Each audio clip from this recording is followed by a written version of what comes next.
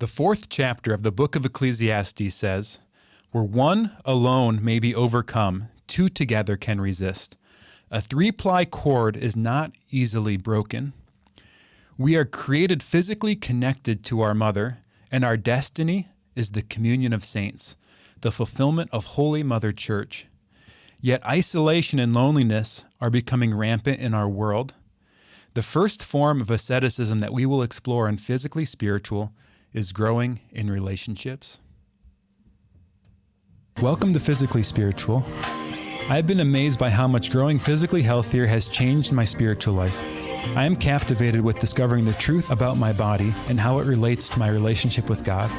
Physically Spiritual is my attempt to harmonize and share what I have discovered. I'm your host, Andrew Reinhart. As we get started, let's go through our regular housekeeping. If you want to support all the work we're doing here at AWAKEN Catholic, join the AWAKEN Nation. Go to awakencatholic.org/donate to join the nation.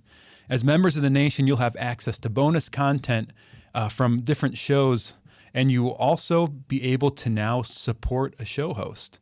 When you sign up for the nation, you could select Physically Spiritual, and part of your donation every month will go to the show host of your choice. Also, if you want to go deeper with AWAKEN Catholic, consider getting the AWAKEN Catholic app. Go to the awakenapp.io. It's the best way to watch or listen to the shows. You'll also have access to a great online community that is centered around all the content that's coming out here at AWAKEN Catholic. And here at AWAKEN Catholic, we are also partners with the Hallow app. The Hallow app is a Catholic meditation app to help you find peace and grow in your spiritual journey. To support us through our sponsor Hallow, go to hallow.app/awaken. And finally, if you want to get access to any of my writings or anything else I publish, go to becominggift.com. And if you want support applying any of the ideas from my show, you can find my coaching and spiritual direction practice there. So this week we are beginning on our track toward understanding asceticism from a new perspective. So we're going to be talking about growing in relationships as a form of asceticism. If you want to go back to the intro to asceticism, you can go to episode 4 of season 2. But as I'm starting, I'm already using a weird word, asceticism, ascesis. The Catechism of the Catholic Church defines ascesis as the practice of penance, mortification, and self-denial to promote greater self-mastery and to foster the way of perfection by embracing the way of the cross. So penance, mortification, or self-denial, really 3 ways of saying the same thing, right? How can we deny ourselves those things that are where we're weak, where we have struggles, where we need healing, in order to come more and more in communion with God?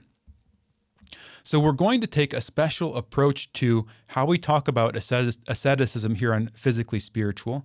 In that first episode, episode 4 of season 2, I talked about the idea of health and asceticism. Are health and asceticism contradictory, or are they complementary? And I have an image I want to show you of these 2 circles. So in that first episode on asceticism, we talked about this idea of the cult of the body. And when we're too focused on health, on one extreme, on the far right of that image, there is the idea of the cult of the body. But on the other hand, you can take asceticism to another extreme, and we might call this rigorism. There are a whole grouping of different heresies in the history of the church that have fallen into rigorism, which is an ascetical practice to the point of damaging the body, to the point of an overemphasis on our effort and an underemphasis on what God's doing in our spiritual life. So we want to seek a virtuous mean in our approach for asceticism. The virtuous mean, now there's space within that virtuous mean for doing activities that are healthful, that aren't necessarily ascetical. And there's also space in that virtuous mean for doing practices that are ascetical, but not necessarily for your health. But there's also, I think, a middle ground in there where asceticism, this practice of self-denial, of mortification, and what's healthy for us meet. And I have the health circle is red, and then the asceticism circle is blue, and then there's that place where they meet in the middle, and that's purple. So this is where I'm going to try to focus in on these sections on asceticism. What are the areas that we can do to both simultaneously become healthier, right? Heal our nature, become more and more what God's intended us to be on a natural level, and at the same time mortify our flesh and our passions in order to free ourselves to receive God's grace and become supernaturally what God's calling us to be, to become holy. So all of this, we're going to focus also in the context of our story, right? And anything we deny ourselves of, any mortification, any penance we choose should be in the context of our story, of our history, right? So a penance that makes sense for me might not make sense for you, right? We're going to talk in a few episodes about the idea of food, and we're also going to talk about the idea of fasting, right? If maybe an eating disorder is part of your history, fasting probably isn't a good idea. And then maybe part of your story is a medical condition where you tend to get low blood sugar. Well, in that case, fasting isn't a good idea. For other people, though, fasting may be extremely helpful, helping them lose weight, regulate high blood sugar, maybe even have a clearer thinking or something like that. So each one of these decisions we make about ascetical practices need to be in the context of our story. And then the third principle we're going to use is the Pareto Principle. We're going to focus on the 80%, or we're going to focus on the 20% of healthful activities that get us 80% of the results. If you've ever traipsed around the internet looking at different websites about health or life hacks or different practices of improving our body, you're going to find 1,000 different ideas, things as odd as red light therapy, essential oils, the use of plant medicine, right? There's 1,000 different ways that people are exploring to heal and to become more and more the people they want to be. But so much of that isn't necessarily for everyone. And a lot of times we can get lost in the details and all the different ideas and possibilities out there at the expense of focusing on the core.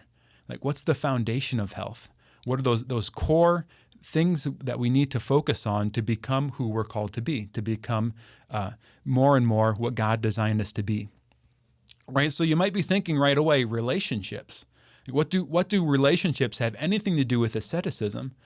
And I think relationships are one of those things that they're almost too obvious of a place to start, but they really are foundational to our health.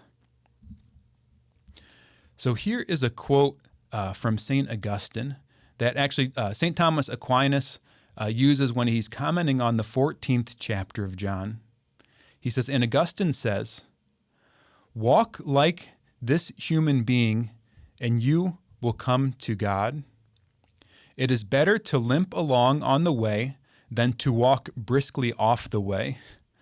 For one who limps on the way, even though makes just a little progress, is approaching his destination.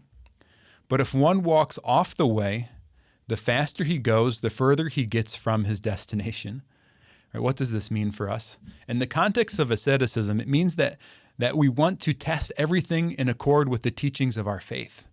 Right? There's 1,000 different things you could do to become healthier, right? And you could put a lot of energy into them. But if it's not in accord with what God's revealed to us in Revelation and what we know through the doctrines of our church and the moral teachings of our church, then we're not actually getting closer to God. We're walking further away from God. So it's worth taking the time from the start to make sure we're on the right path, to test all of this by the truths of our faith, and also, I think, bouncing ideas off other people. We don't approach ascetical practices in a vacuum, right? We need to make them in the context of community and seek mentorship and guidance. So we need to start off making sure we are founded squarely within what our church teaches. And then finally, as we are thinking about these ascetical practices, there's an essential precept of theology and philosophy that we need to remember. So St. Thomas Aquinas, when he starts the Summa Theologia, he says, "Grace does not destroy nature, but perfects it. Natural reason should minister to faith as the natural bent of the will ministers to charity." Right? Grace does not destroy nature, but perfects it. And so as we're doing these ascetical practices, the goal isn't to like destroy our body, to obliterate our health. The goal is to heal our body, to become the person God has designed us to be. He says natural reason should minister to faith. Natural reason should minister to faith, meaning I'm thinking about how I should live my life in order to dispose myself to the gift of faith that God wants to offer me. So this is how we're going to approach all these topics about asceticism. So here we have the first one on relationships. So grace builds on nature. So let's start talking about nature. First, in the introduction to the show, I made the comment that our world is getting further and further away from being connected. That loneliness and disconnection are becoming just an endemic in our culture. A 2019 study by YouGov revealed that 27% of millennials reported that they have no close friends, and 30% of millennials report that they have no one to confide in. Now, you might say 27%, well, that's on the lower end. It's less than half.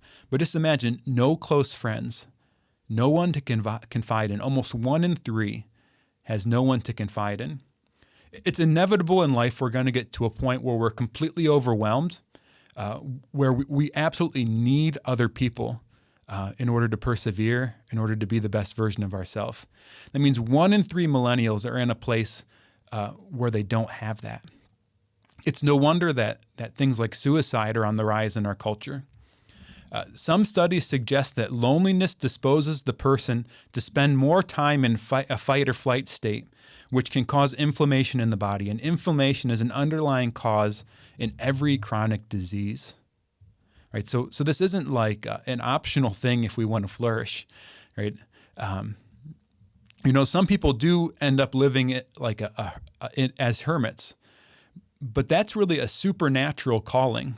Like if you read the lives of the desert fathers and mothers of the church, right? There were people in early Christianity who went out into the desert to find God. If you read their writings, though, all the time they're talking about their conversations with each other, right? So even though they went out into the desert to be alone and find God, they were constantly relating to one another, whether they had a mentor or people went to them to get advice, or they just found reasons to be with one another, to support one another. So right from the beginning, these people who left the world to find God were also supporting one another. And this impulse to go out of the world and find the Lord ultimately found a more perfect form in monastic life, right? That these people would form communities with a rule where they lived together and sought the Lord together. So to go off alone isn't a natural state. It's actually a supernatural state. It's a supernatural calling, meaning that God provides a special grace in order to flourish in that place.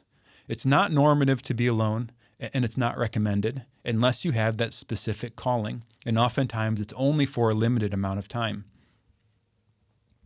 So a 2019 article in Scientific American states, loneliness has been estimated to shorten a person's life by 15 years, equivalent to the impact of being obese or smoking 15 cigarettes a day. That's almost a pack a day. A recent study revealed a surprising association between loneliness and cancer mortality risk, pointing to the role loneliness plays in cancer's course, including responsiveness to treatment. Right? Loneliness could shorten our life up to 15 years, like being morbidly obese or smoking almost a pack of cigarettes a day. Right? That's mind-boggling that it's this important to us. On the flip side, researchers that look into people that live the longest, right? These people that live the longest in the world are sometimes living in what we call blue zones. These blue zones are people that where their average lifespan of the people that live there is significantly higher than the worldwide average. People in these blue zones across the board, although a lot of other lifestyle factors differ, like diet, what they all have in common is they live extremely connected lives. These people grow up in community, stay in community, and find ways to have significant and meaningful connection on a regular basis. So if we want to have this kind of flourishing, this kind of longevity, to live a long life in service of the Lord, we absolutely need to be connected to each other in meaningful ways. How does this make sense in light of the way our body works? Like I said in the introduction, we're literally born connected to someone else. We're conceived in our mother's womb, literally physically connected to her with her umbilical cord. I've heard it said that the first tissue that forms in the baby is cardiac tissue. It's the heart. And that the baby's heart rate syncs up with the mother's heart rate. So the mother's heart rate becomes the baseline or the starting point for the baby's heart rate, right? Imagine that synchronicity between mother and baby, that even their heart rates sync up, right? It's completely dependent on mother for nurturing. And the sac the baby's in isn't like loose around the baby. It actually hugs the baby, right? So the baby is like constantly and holistically hugged by the mother in the womb. Right? We come into the world in this place of extreme connection. And we believe as Christians, we're called out of the world into a place of extreme connection, of heaven. Right? Heaven is the communion of the saints. It's not a place of being a hermit with God. It's a place of we're all being together with God in a more intimate communion. You know, the church actually teaches that marriage is from death till we part. And that's not because marriage is bad, so it's not in heaven. It's because the relationship that we'll have in heaven transcends what we're capable of here on earth. So in a way, every relationship we'll have in heaven will be more connected than what we possibly could be with our spouse. So the old passes away because the new is beyond what we're capable of here. In our body, we're literally wired for connection with one another. A lot of people who research the history of humanity find that humanity has been tribal, meaning that we came together, we formed packs to survive, to thrive together. And so these social instincts we have to be connected with one another are core to human nature and the functioning of our body, to the point where scientists have discovered cells in our brain, they call them mirror neurons, where when we're socially interacting with one another, our brains are literally changing and coming to this mirror state with one another. We're made to sort of sync up with one another neurologically. And if you go back to season 1 of Physically Spiritual, I had an episode called The Tiger in the Inbox. And in there, I talked about Polyvagal Theory. Right? This is the theory of the hierarchy of our safety response and danger response.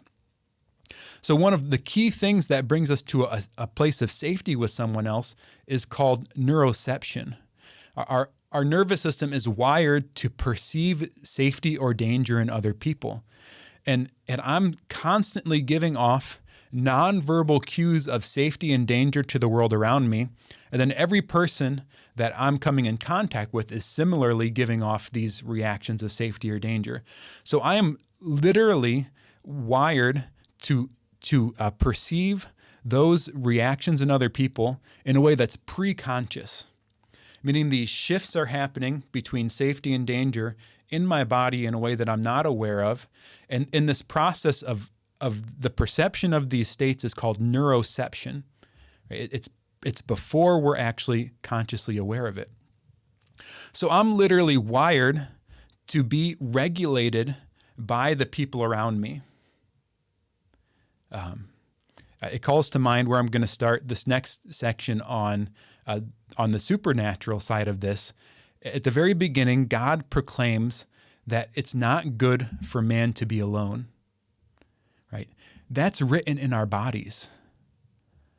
I cannot flourish alone physically.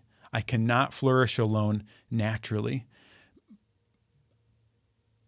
Safety can only be found in true community.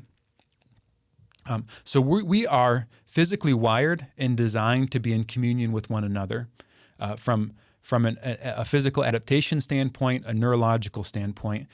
And these are just a few examples. I mean, research is finding so many different ways that we're affected by the people around us that it's absolutely a basic part of human flourishing for us to be in relationship with one another. All right, let's look at relationship from the supernatural perspective now. What does God reveal to us about relationship in Revelation? Well, like I said, God created us in the beginning and proclaimed it's not good for man to be alone. It's not good for man to be alone. First to note, Adam, that first human person, didn't say, it's not good for me to be alone, right? God proclaimed it, meaning that Adam had to be taught in a sense that it wasn't good for him to be alone. So God creates the animals and presents them to Adam to be named. And each one of these animals, it's not like it was divine trial and error. Like, I wonder if a giraffe will work. I wonder if a rhino will work. And God was like throwing them at Adam, hoping that one of them is going to make him happy. No, God knew what Adam needed, but Adam had to learn that he was alone amongst the created order, one created in the image and likeness of God, like he was. So Adam is learning that it's not good for him to be alone. And then God puts Adam into a sleep and then, in a sense, separates him, pulls out his rib, and from that rib forms woman. And Adam proclaims, at last, bone of my bone and flesh of my flesh, right? You can just imagine what he's feeling in that moment, this sense of utter fulfillment and connection with the other person. And this is sometimes described as original unity, that Adam and Eve had this original place of connection. This is what John Paul II had to say in a general audience in January of 1980. He says, the affirmation of the person is nothing other than welcoming the gift, which, through reciprocity, creates the communion of persons. This communion builds itself from within. This communion builds itself from within, right? So Adam had this kind of interiority that the animals didn't have, right? We talk about this as the faculties of reason and will. And traditionally, this is how we've understood ourselves in the image and likeness of God, that we have these higher faculties of reason and will that the rest of the created order doesn't have. So John Paul II taught that we were also in the image and likeness of God as a communion of persons. We believe in a God who is a Trinity, Father, Son, and Holy Spirit, an eternal communion of love, generative love. And this is the image that we're created in, that we're called into these relationships of generative love. This is what the Catechism, paragraph 2845, has to say on this. The communion of the Holy Trinity is the source and criterion of truth in every relationship. It is lived out in prayer and, above all, in the Eucharist. The relationship of the Holy Trinity, the Father, Son, and Holy Spirit, is the source and criterion of truth in every relationship. So to the extent that my relationships reflect the image of God, reflect the love of the Trinity, that's a good relationship. To the extent that that relationship is devoid of the image of God, the love of the Trinity, it's an unhealthy relationship. And we see this from the very beginning. When Adam and Eve sin, when they fall in the garden, what do? Is they hide. They literally hide from God. Adam's response is, I heard you coming, so I hid because I was afraid. Right? Now he's afraid of God, who he had this intimacy with before. And also they cover themselves with fig leaves. And they cover specifically the areas of their body that set them apart from one another. So now the outward expression of their difference isn't a place where they find themselves in a complementary love exchange, but it's a place where they now are afraid of the possibility of being used and harmed by the other person. Right, so now Adam and Eve cover themselves from one another, protecting themselves from one another. So we see right from the beginning what sin causes is division. Because in that sin, their reason is darkened, their will becomes evil, and then their ability to resist things that are difficult is weak, and their ability to resist things that are attractive is all disordered. Right? So that image of God, while still there, their likeness to God is diminished as a result of their sin. And now that they're unlike God, right? They're becoming now a contradiction to the Trinity in their relationship. They need to protect themselves to one another, so they cover themselves. All right. So how does God come into this situation to heal it? So we read in the very beginning of the Gospel of John that the Word becomes flesh and dwells among us, right? That Word, the Logos, the original order, the hierarchy, the design, was there from the beginning, and it was through the Word that God created everything. Well, this very design that God had becomes one of us. So in a sense, God's not reimposing the order from the outside, but God's becoming human so that humanity can become like God again, to restore the likeness from the inside out. And also, God becomes one of us so that he's now able to enter a new kind of communion with us, right? God enters into relationships with us that we're compatible with. So God comes to remedy this disconnection, this division, by becoming one of us to enter into relationship with us. And throughout the Scripture, God's doing this by entering into covenants with us. A covenant it's like a contract, but the idea of a legal contract really sort of falls short of what a covenant truly is, because a covenant is a pledge of establishing right relationship. It's a pledge of establishing relationship according to God's design. So what covenant does is covenant makes family. So a contract that has terms, and once the terms are fulfilled, the contract is completed. And then also, on the other hand, a contract, if the contract is broken, right, there's some kind of penalty that goes along with that, and then the contract goes away. It's dissolved because it's been broken. A covenant isn't anything like that. We can't break the covenant, right? There's no point at which, like the chosen people in the Old Testament, when they were unfaithful to God, the covenant didn't go away, right? There were consequences to them breaking the covenant. And on the other hand, even when the covenant was fulfilled, it's not that the covenant was dissolved, it's that the covenant was taken to a higher pitch. So we see this growth of covenant in the Old Testament. First, with Adam and Eve were married.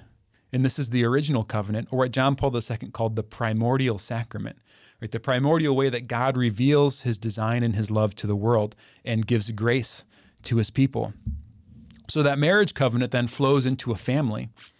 And that family covenant flows into a tribe, an extended family with other people connected to it. And then that tribe grows into a nation. And then that nation eventually expands to the whole world. And this is the movement that Christ brings about, that in the new covenant, this relationship of love, this relationship of family is extended to the whole world. So when the apostles asked Jesus how to pray, he says to say, "Our Father, who art in heaven," right? In this covenant of love, this covenant of family that extends out into the whole world, that is the new covenant, the New Testament, what the church is, takes us to a place of transcending our nature, of this nature being fulfilled, but also taking us beyond it. Because like I said, we're wired to be tribal. We're sort of wired for self-defense with people that we don't know, right? So from that perspective, a lot of the ills we have in modern society sort of make perfect sense on a biological level.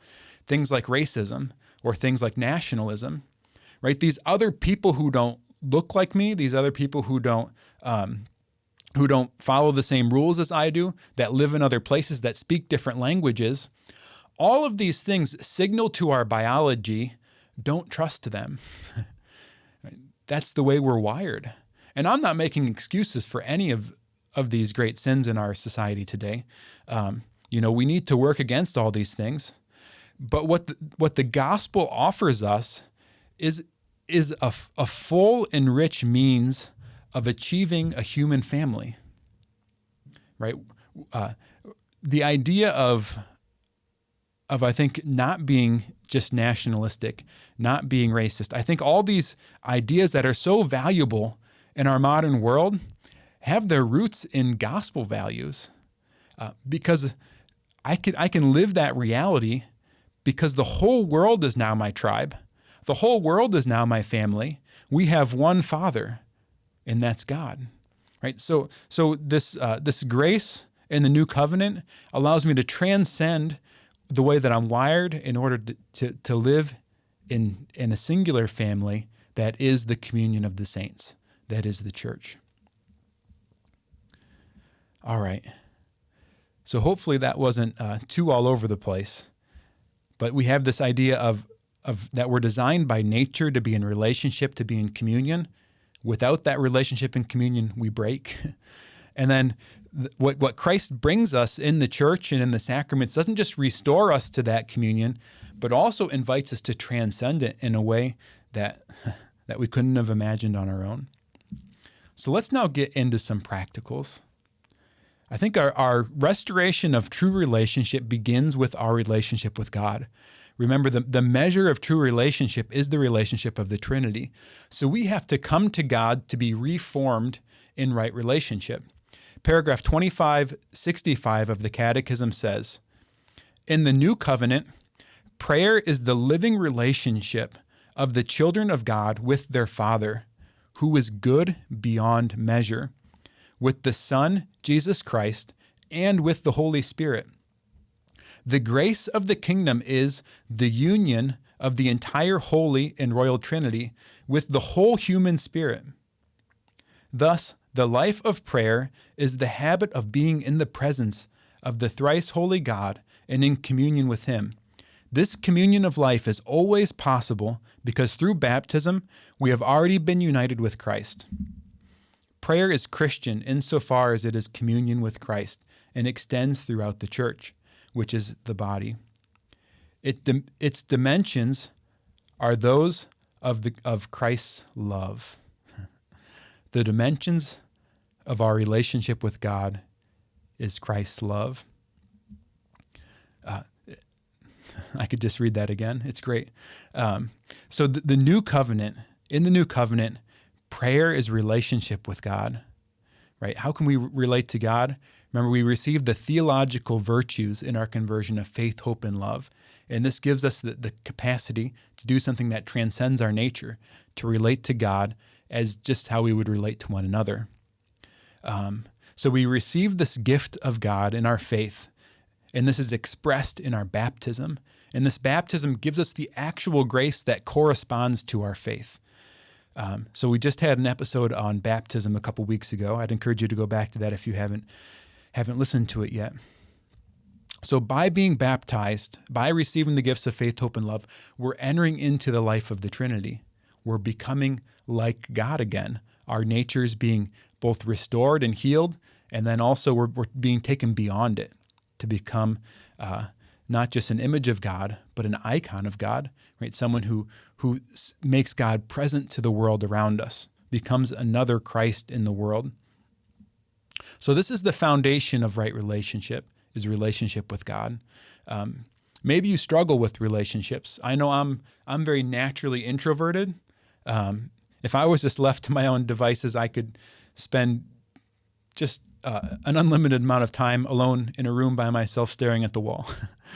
It takes me about a week of being isolated to feel the natural need to talk to someone else, right? So I'm pretty extremely introverted in that way, but it's an excessive thing because in that space, although I'm sort of comfortable, I'm also prone to a lot of different bad habits and sins and increased anxiety. So maybe you struggle like me. On the other hand, some people are prone to the opposite extreme, right? The opposite extreme is that you can't live without relationship, that you feel like you always need someone else there, that you don't feel right being alone, being able to pray, being able to read, being able to meditate. So which other direction you are, I think the foundation of healing that is in right relationship with God, in prayer, in entering into not loneliness, but entering into solitude, right? That original solitude that Adam had with God. All right, practical tip number 2, listen more than you talk. But when you listen, actually listen meaning be present. Don't just be quiet, be present.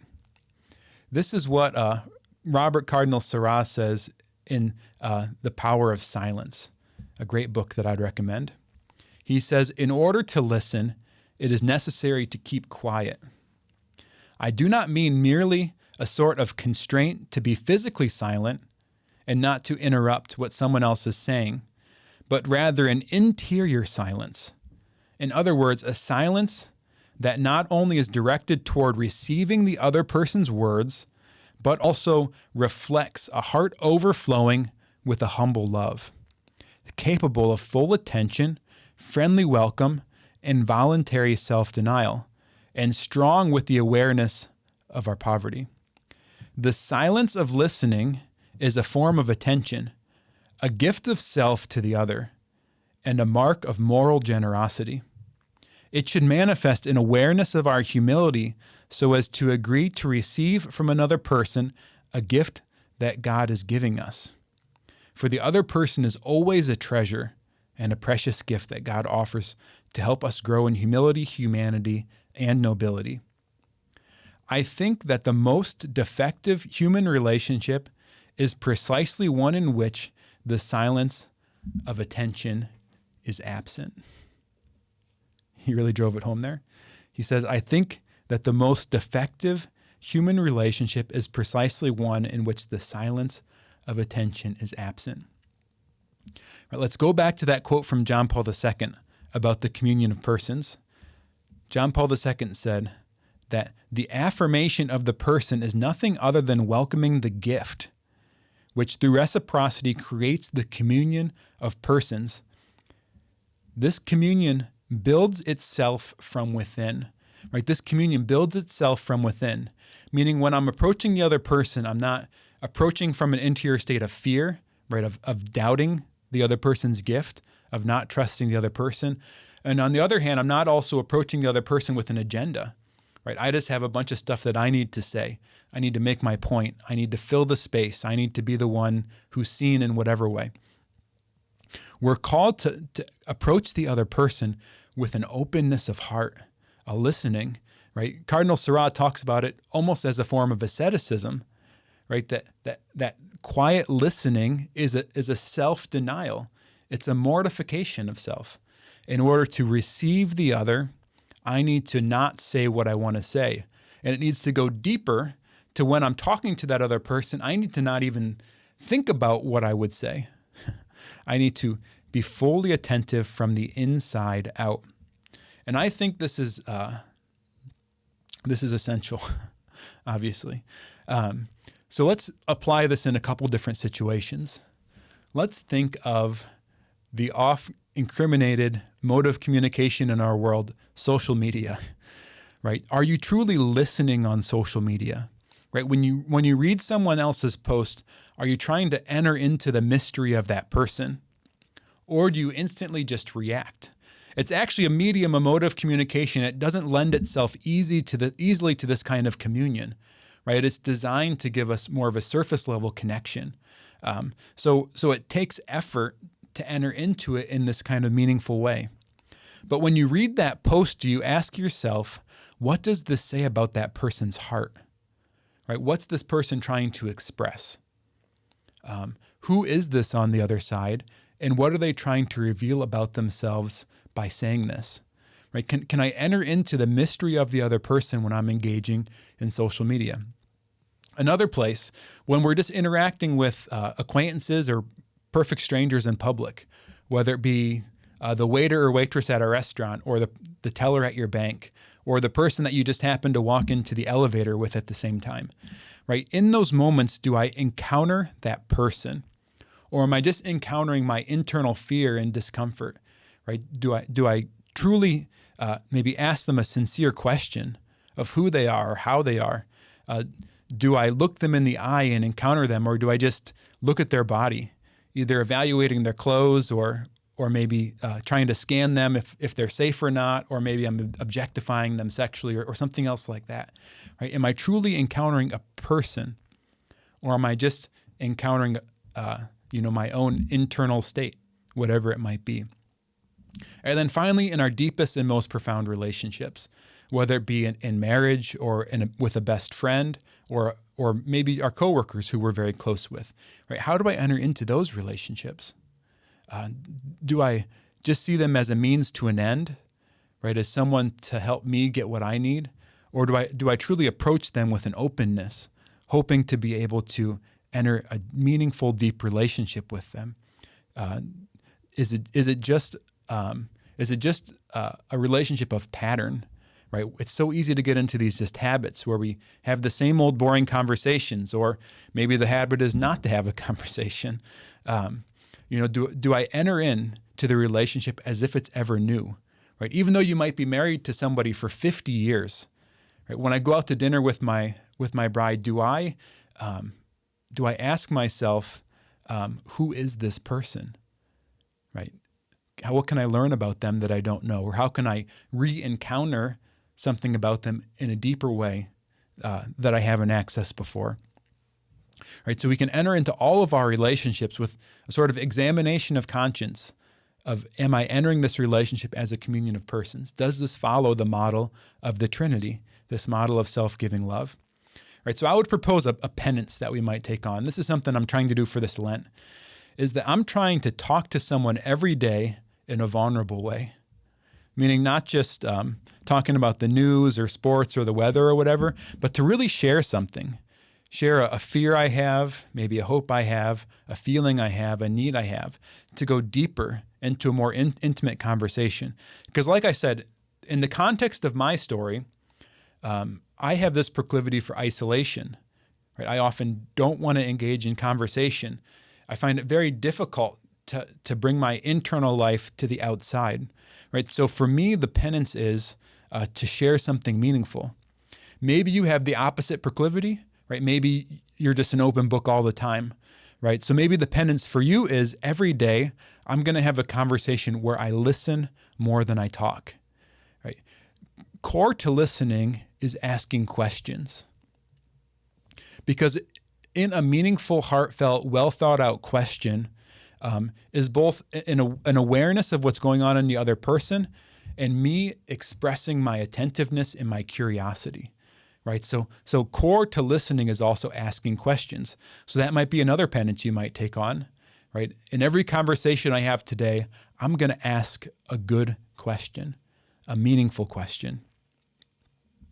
Some other ideas for living in relationship. Like I said, there's a lot of social isolation in our world today. We're kind of hopefully at the tail end of the coronavirus pandemic right now.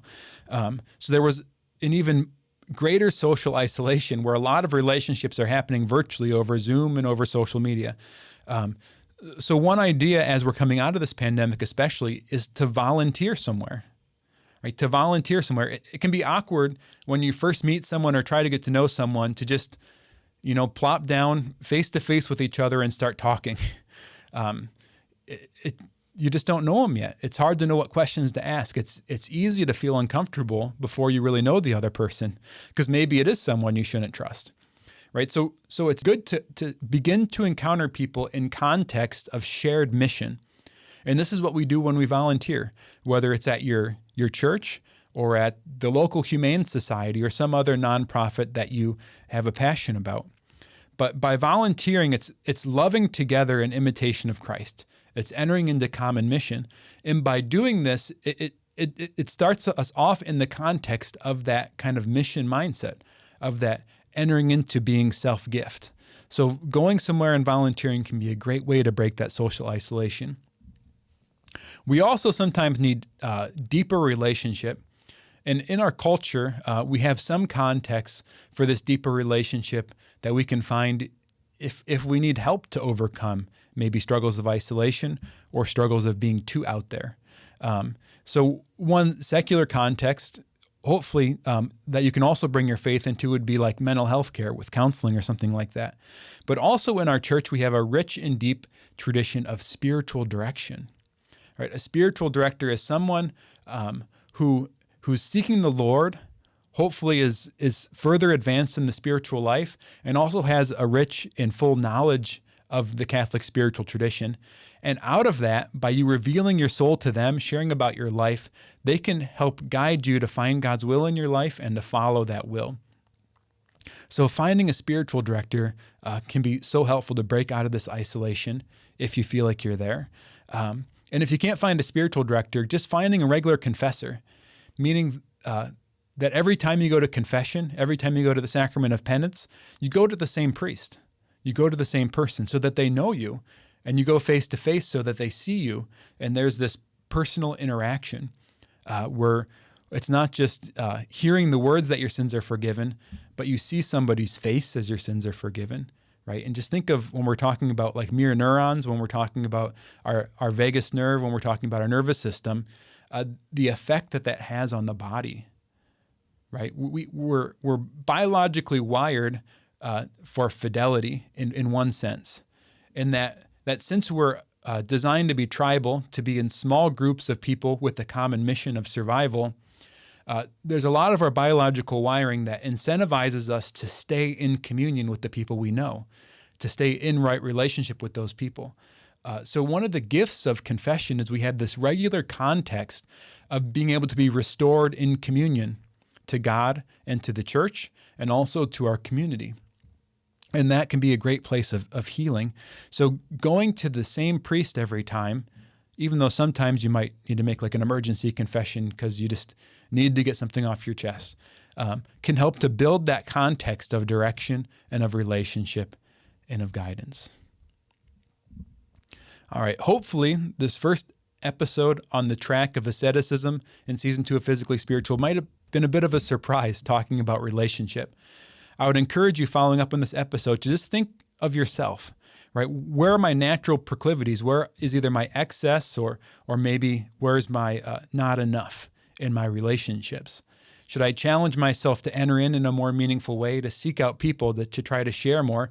Or should I challenge myself to be quiet more, to listen, to ask good questions, to encounter that mystery and not just always put myself out there?